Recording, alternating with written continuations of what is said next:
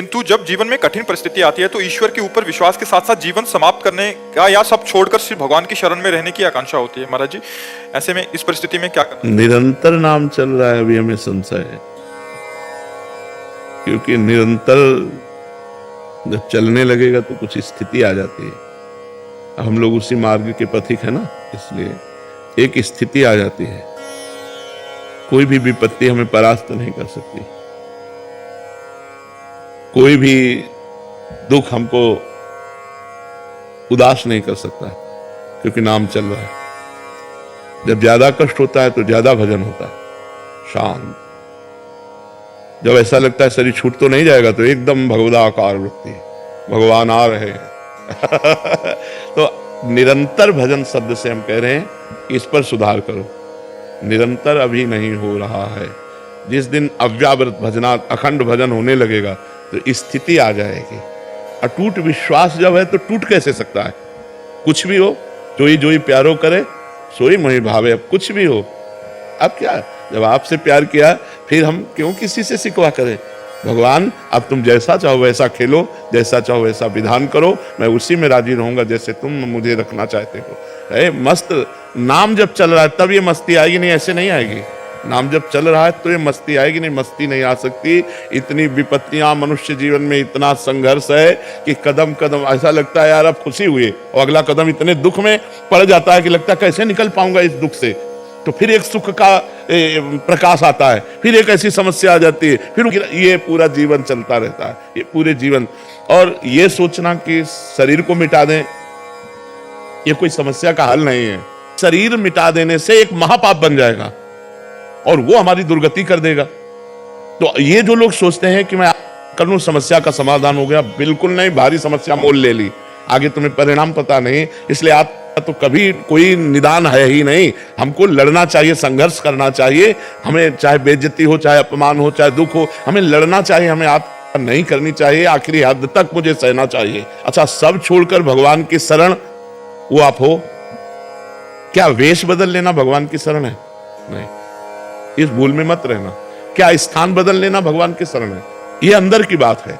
अंदर से भगवान की शरण में हो तो आप महात्मा हो, और बाहर से आप महात्मा का वेश है, और अंदर से रुपया चाहिए, भोजन चाहिए, नाना प्रकार के सांसारिक सुख चाहिए, तो आप विषयी पुरुष हो, आप महात्मा नहीं हो। और आप पैंट शर्ट में हो, मेहनत से कमाते हो, धर्म से चलते हो, नाम जप करते हो और भगवान का चिंतन कर बढ़िया हो, आप बढ़िया हो।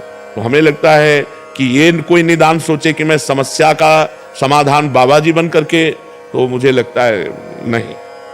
ऐसी ऐसी समस्याएं हैं जिनका केवल निदान भगवान है, दूसरा कोई निदान नहीं।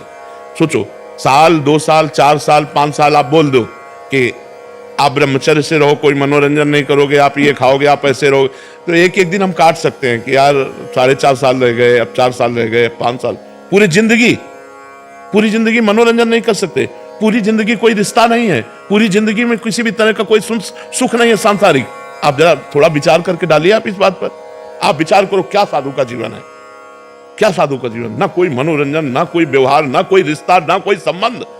साधु का जीवन ऐसा जीवन नहीं है। बहुत खतरनाक जीवन, बहुत खतरनाक जीवन। ये न सोचो कि बहुत आनंद में जीवन कटता है, बहुत कष्ट में जीवन कटता है सच्ची साधुता के लिए। और जो निकल गया सो मुक्त हो गया, और नहीं फिसल गया तो फिर आओ नया जन्म, फिर साधना करो, फिर भजन करो। इसलिए कोई समस्या से भागे कि मैं समस्या का निदान साधु बन के पालूंगा, तो भूल मत करना, बड़ी समस्या है। मतलब ये कोई ना सोचे कि संत बनना सहज है, बिल्कुल नहीं, बिल्कुल नहीं। बाबा जी बनने का मतलब मर गए, अब मर के हम चल रहे हैं। जीवित मर जाए उलट आप में समाये यही दिलगिरी है। मरा हुआ पुरुष महात्मा होता है, जिसका मन मरा, जिसकी इंद्रियां मरी, जिसकी वो कुछ नहीं चाहिए, जा ही न चाहिए कबहू कछु तुम संसहज सने। तो ये दोनों बातें आप कर लेना या समस्या में फंसकर बाबा जी बन जाना, ये दोनों बातें समाधान नहीं है। समस्या से लड़ना समाधान है, और वो आप तभी लड़ सकते हैं जब आपका भगवान का भरोसा दृढ़ होगा और नाम जप करोगे, तो कोई न कोई रास्ता भगवान ऐसा निकाल जिससे आप समस्या से बच जाएंगे। नहीं तो समस्याएं पीस डालती है, अंदर ही अंदर खोखला कर देती है। आदमी चिंतन से परेशान हो जाता है, और जब परेशान हो जाता है तो उसे एक ही रास्ता नजर आता है, और वो रास्ता है नहीं, वो और परेशानी पैदा कर देगा अगले जन्म में जाकर के। इसलिए नाम जप करो और सहन करो और लड़ना सीखो। हमको विपत्ति, दुख, संघर्ष करना पड़ेगा, हमको लड़ना पड़ेगा, इनसे विजय प्राप्त करना पड़ेगा। हार जाऊं तो भी लड़ना पड़ेगा, हमारे पास कोई रास्ता नहीं है। हमको इन दुख और विपत्तियों से लड़कर पार होना ही है। जी हमें लगता है कि कोई ऐसा साधन मिल जाए जिससे तुरंत झट से हमारे दुख दूर हो जाएं। अवश्य में भोक्तव्यम कृतम कर्म शुभाशुभम, अपने कर्म को जीव को भोगना होगा। ये जब भगवान कह रहे हैं तो और की हम बात कैसे माने? भगवान कह रहे हैं ना, अवश्य में भोक्तव्यम कृतम कर्म शुभाशुभम, भोग भोगना होगा। ये सब इधर से जंतुर बनाने से और राख लेने से और कलावा बनाने से तुम्हारे प्रारब्ध नहीं नष्ट हो जाएंगे। हाँ, पवित्र कार्य है, करना चाहिए गृहस्थी में, देव मंगल के लिए, जगत मंगल के लिए यज्ञ करना चाहिए, हवन करना चाहिए, ब्राह्मणों के द्वारा अनुष्ठान कराना चाहिए, लेकिन प्रारब्ध भोग नहीं करता, खुली बात है। हाँ, हम ऐसी एक कला जानते हैं जो ऐसे दुखों में भी आप सह सकते हैं। वो कला है भगवान का नाम, वो खुली बात कहते हैं। खूब नाम जप करो और भगवान में चित्त जोड़ो, तो चित्त भगवान से जब जुड़ा होता है तो आनंद होता है। शरीर दुख में है, भारी समस्या है, लेकिन मन आनंद में है। यही बात है। सा वही मन कृष्ण पदारविंदयो, मन भगवान कृष्ण के चरणों में लगा है तो आनंद है, राधाजू के चरणों में लगा है तो आनंद है। अगर मन संसार में रहेगा तो कष्ट ही भोगना पड़ेगा। कोई ऐसा नहीं, इतने पढ़े लिखे डॉक्टर, इतने बड़े सर्जन, इतने बड़े सब भगवान ने तो बनाए हैं। अगर छू से होता तो बढ़िया काम बन जाता। डॉक्टरों की जरूरत क्या है? बिल्कुल इधर उधर मत भटको, किसी को कोई परेशानी है सीधे अस्पताल जाओ। जैसे हम दवा करवा रहे हैं, टेबलेट खाते हैं, डायलिसिस करवाते हैं और भगवान की शरण में पड़े और नाम जप करते हैं। बिल्कुल सीधा रास्ता है। हाँ, कुछ ऐसे मंत्र हैं, यदि सकामता पूर्वक उनका अनुष्ठान किया जाए तो कुछ दर्द को कम कर सकते हैं, समस्या को कम कर सकते हैं, मिटा नहीं सकते, मिटाने की सामर्थ्य नहीं। प्रारब्ध भोग भोगना पड़ता है। नहीं, रामकृष्ण परमहंस जी इतने सिद्ध महापुरुष, उनके गले में कैंसर था। बड़े बड़े महापुरुषों के जीवन में कष्ट पाया गया। भाई जी हनुमान प्रसाद पोद्दार जी के हाथों में तो ये बड़े बड़े कष्ट सहने पड़े। ये छूछा से नहीं जाते भैया। खूब राधा राधा नाम जप करो, सह करके निकल जाओ, बस ये बात है। मर्जी ऐसा कहा जाता है, वहां गए लड़का हो गया, यहाँ गए ये ठीक हो तो लड़का होना होगा तो कहीं जाओ चले जाओ, हो जाएगा। और नहीं होना होगा तो चाहे जहाँ चले जाओ, नहीं होगा। वो संयोग होता है। जैसे देखो, आपका कोई काम नहीं बन रहा था, आप हमारे पास आए, अब वो संयोग बन गया आपके कर्म का और काम हो गया। बोले जय बाबा की। वो प्रेमानंद से नहीं बना, वो तुम्हारे कर्म का संयोग था, वो तुम्हारे कर्म का संयोग था। बिल्कुल समझिएगा, ये आज नौटंकी नाटक नहीं, खुली बात है। आपका कर्म आपको सहयोग दिया तो आपका काम बन गया, आपका कर्म आपको सहयोग नहीं देगा तो काम नहीं बनेगा।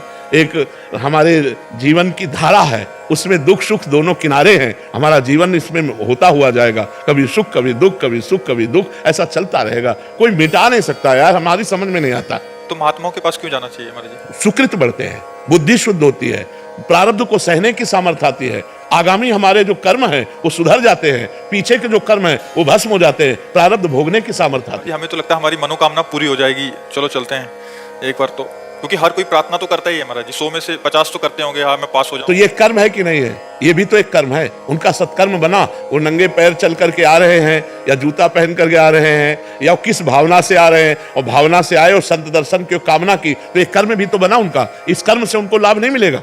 मान लो संत दर्श को चालिए तज माया अभिमान, जीव जीव पग आगे बढ़े कोटिन यज्ञ समान। तो कोई आ रहा है 1000 कोस से, कोई 500 कोस से सवारी में धक्का खाते हुए ऐसे, और रोड में किनारे खड़ा है रात्रि भर, तो ये उसका तपस्या नहीं बनी, ये उसका परम पवित्र कर्म नहीं बना। अब ये कर्म कामना पूर्ण कर दे तो प्रेमानंद उसमें कहाँ है? ये उसका कर्म है, ये उसकी मेहनत है, ये उसकी भावना है, ये उसकी श्रद्धा है, ना कि हम है। अब उसको लगेगा कि हम प्रेमानंद के दर्शन के हमारा काम बन गया। नहीं, तुम्हारी मेहनत, तुम जो सैकड़ों किलोमीटर चल करके आए और खड़े रहे घंटों, और फिर इसके बाद दर्शन हुआ, तुम्हें आनंद लगा, ये तुम्हारा कर्म तुमको सुख दे रहा है। नहीं तो देखो, अगर हमारा कर्म बिगड़ जाए तो हम कह रहे हैं फिर हमको कोई सुख नहीं दे सकता। हमारा कर्म, संतों के पास जाना, संतों की दंडवत करना, उससे पाप नष्ट होते हैं, पुण्य बढ़ते हैं। संत दरस जिमि पातक टरई, पाप नष्ट हुए तो दुख का नाश हुआ, सुख बढ़ा। ये तो सिद्धांत है, इसमें कोई चमत्कार थोड़ी है, ये तो सिद्धांत है ऐसा।